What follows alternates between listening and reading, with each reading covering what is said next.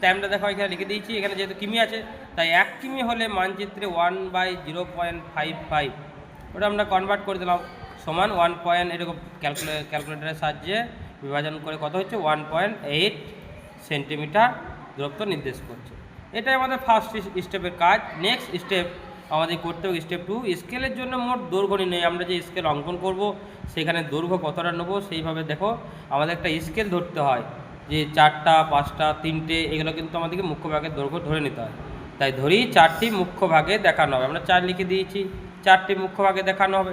তাই ভূমিভাগের দৈর্ঘ্য হবে, ভূমিভাগের দৈর্ঘ্য মুখ্য ভাগের সংখ্যা যেহেতু দেখো এখানে আমাদের 1000 মিটার বলেছে, তাই আমরা 1000 মিটারকে 1 কিমি ধরেছে। তাই এখানে কি ভূমিভাগের দৈর্ঘ্য 1 × 4 সমান 4 কিমি, এখানে কিমি লিখতে হবে, এটা 4 কিমি। 4 কিমি লেখার পর দেখো স্কেলের মোট দৈর্ঘ্য, আমরা যে স্কেলটা অঙ্কন করব সেই স্কেলের দৈর্ঘ্য কত হবে, যেহেতু মুখ্য ভাগের যে স্টেপ 1-এ যেটা বেরিয়েছে মুখ্য ভাগের দৈর্ঘ্য নিয়ে 1.8 সেমি, তাই আমরা দেখো 1.8 সেমি ইন্টু যেটা ধরবো, কটা ধরেছি 4টি ধরেছি, তাই এটা 7.2 সেন্টিমিটার। তাহলে স্কেলের মোট দৈর্ঘ্য হবে 7.2 সেন্টিমিটার, যেটা আমরা অঙ্কন করবো সরলরেখা সেটা 7.2। নেক্সট স্টেপ 3-তে আমাদেরকে দেখে নিতে হবে যে গৌণভাগের সংখ্যা নির্ণয়। গৌণভাগের সংখ্যা নির্ণয়ের ক্ষেত্রে একটা ফর্মুলা ইউজ করতে হয়, মুখ্য ভাগের মান বাই গৌণভাগের মান। মুখ্য ভাগের মান দেখো তোমাদের এত না লিখলে হয়, অঙ্কতে দেওয়া আছে দেখো 1000 মিটার বাই 250 মিটার। মুখ্য ভাগের মান আমরা ডাইরেক্ট লিখবো 1000 বাই 250 মিটার, এম লিখে দেবো। তাহলে 1000কে 250 দিয়ে ভাগ করলে 4, আমরা 4টি লিখতে পারি, আর এইভাবে লিখলে এটা টিকে নির্দেশ করে, তাই আমরা দেখো মিটার মিটার কেটে গেছে 4টি পেয়ে গেছি, গৌণভাগের সংখ্যা 4টি। চলো আমরা এই অঙ্কটা কীভাবে সহজ সরলভাবে অঙ্কন করতে হয় সেই অঙ্ক তোমাদের সামনে তুলে ধরবো। দেখো সাদা কাগজের মাঝ বরাবর তোমরা প্রথমে একটা 7.2 সেন্টিমিটারের দেখো আমি একটা সরলরেখা টেনে নিয়েছি। সরলরেখা টেনে নেওয়ার পর ফার্স্ট বিন্দু থেকে একটা 45 ডিগ্রির উপরে একটা কোণ আমরা চাঁদার সাহায্যে অর্থাৎ চাঁদাতে মান নিয়ে আমরা এঁকে নেব। দেখো 45 ডিগ্রি আমরা কোণ এঁকে নিয়েছি। তারপরে আমাদের কাজ হবে কি, তোমাদের যে মুখ্য ভাগের সংখ্যা ধরে নিয়েছি কটা, আমরা অঙ্কতে দেখেছিলাম 4টি মুখ্য ভাগের সংখ্যা ধরে নিয়েছি, সেই 4টি মুখ্য ভাগের মান আমরা ডিভাইডারের সাহায্যে আমরা এঁকে নেবো। এই ডিভাইডার সেখানে তোমরা যে কোনো একটা মাপ নিয়ে নেবে, সেই ডিভাইডারের সাহায্যে এই ফার্স্ট বিন্দু থেকে 4টা মাপ নিই আমরা টেনে নিই, তারপর তোমাদেরকে দেখাচ্ছি।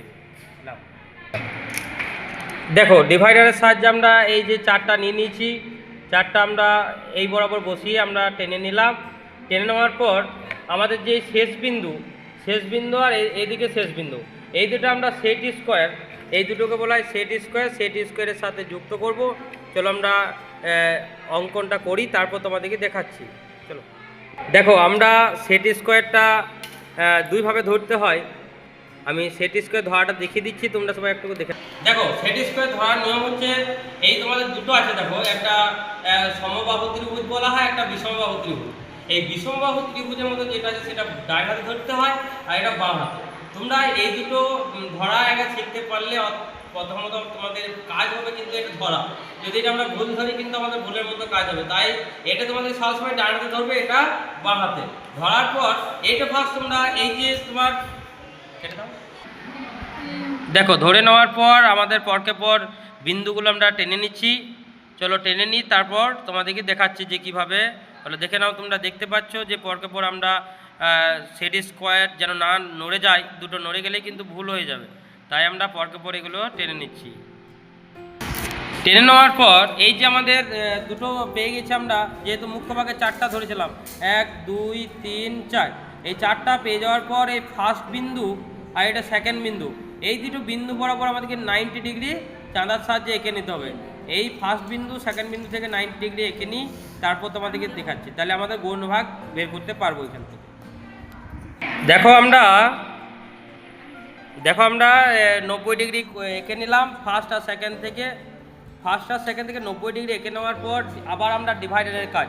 ডিভাইডারে যে কোনো একটা মুখ্য ভাগের মানের অর্ধেকের কম নিয়ে, এই যে আমরা মুখ্য ভাগের যে মান নিয়েছিলাম তার থেকে অর্ধেকের কম নিয়ে পরে আমাদেরকে গৌণভাগ কিন্তু অঙ্কন করতে হবে।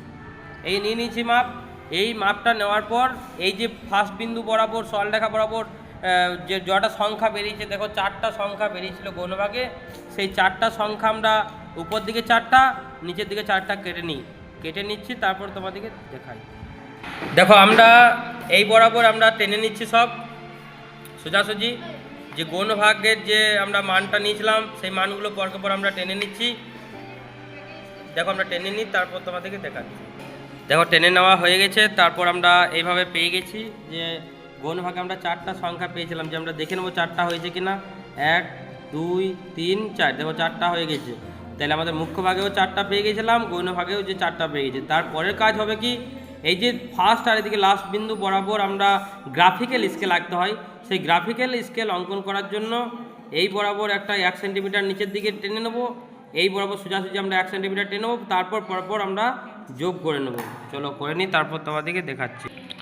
দেখো আমরা গ্রাফিক্যাল স্কেল কমপ্লিট হয়ে গেছে। যে দেখো আমরা 1 সেন্টিমিটার বললাম, দুধারে নামিয়ে দেওয়ার পর সেই আমরা যে মৌখিক ভাগগুলো সেইগুলো নিচের দিকে নামিয়ে দিলাম। তারপরে 1 সেন্টিমিটারকে আমরা দুভাগ করলাম, 0.5 বরাবর আমরা সলটাকা টানলাম মাঝ বরাবর। যেহেতু আমরা গ্রাফিক্যাল স্কেলে আমাদেরকে এইভাবে অঙ্কন করতে হবে, আলাদা আলাদা পদ্ধতিও আছে। তো আমরা এই অঙ্কের মাধ্যমে কিন্তু এইখানে দেখিয়ে দিলে আমাদের সুবিধা হয়, তা আমরা এটা দেখিয়ে দিচ্ছি। এবং তোমাদের অঙ্কতে যে দেওয়া আছে, দেখো ভূমিভাগের দৈর্ঘ্য যে 4 কিলোমিটার, তাই আমরা এটা ভূমির দৈর্ঘ্য 4 কিলোমিটার দেখা আছে। 0 এখানে সবসময় 0 লিখতে হয়, 0 1 2 3, আর এদিকে 1 বেজে থাকে, সেটা হচ্ছে এটা 1, মানে এটা 4, এটা 1 লিখতে হয়। 1 কিলোমিটার মোট 4 কিলোমিটার নির্দেশ করছে। তারপর আমাদের কাজ কি, এখানে সুন্দর করে হেডিং দিয়ে দেবে রৈখিক স্কেল বা লিনিয়ার স্কেল। তারপর আমাদের এই যে মুখ্য ভাগ, এটা গৌণভাগ, এই যে টোটাল ডিস্টেন্স 7.2 সেন্টিমিটার।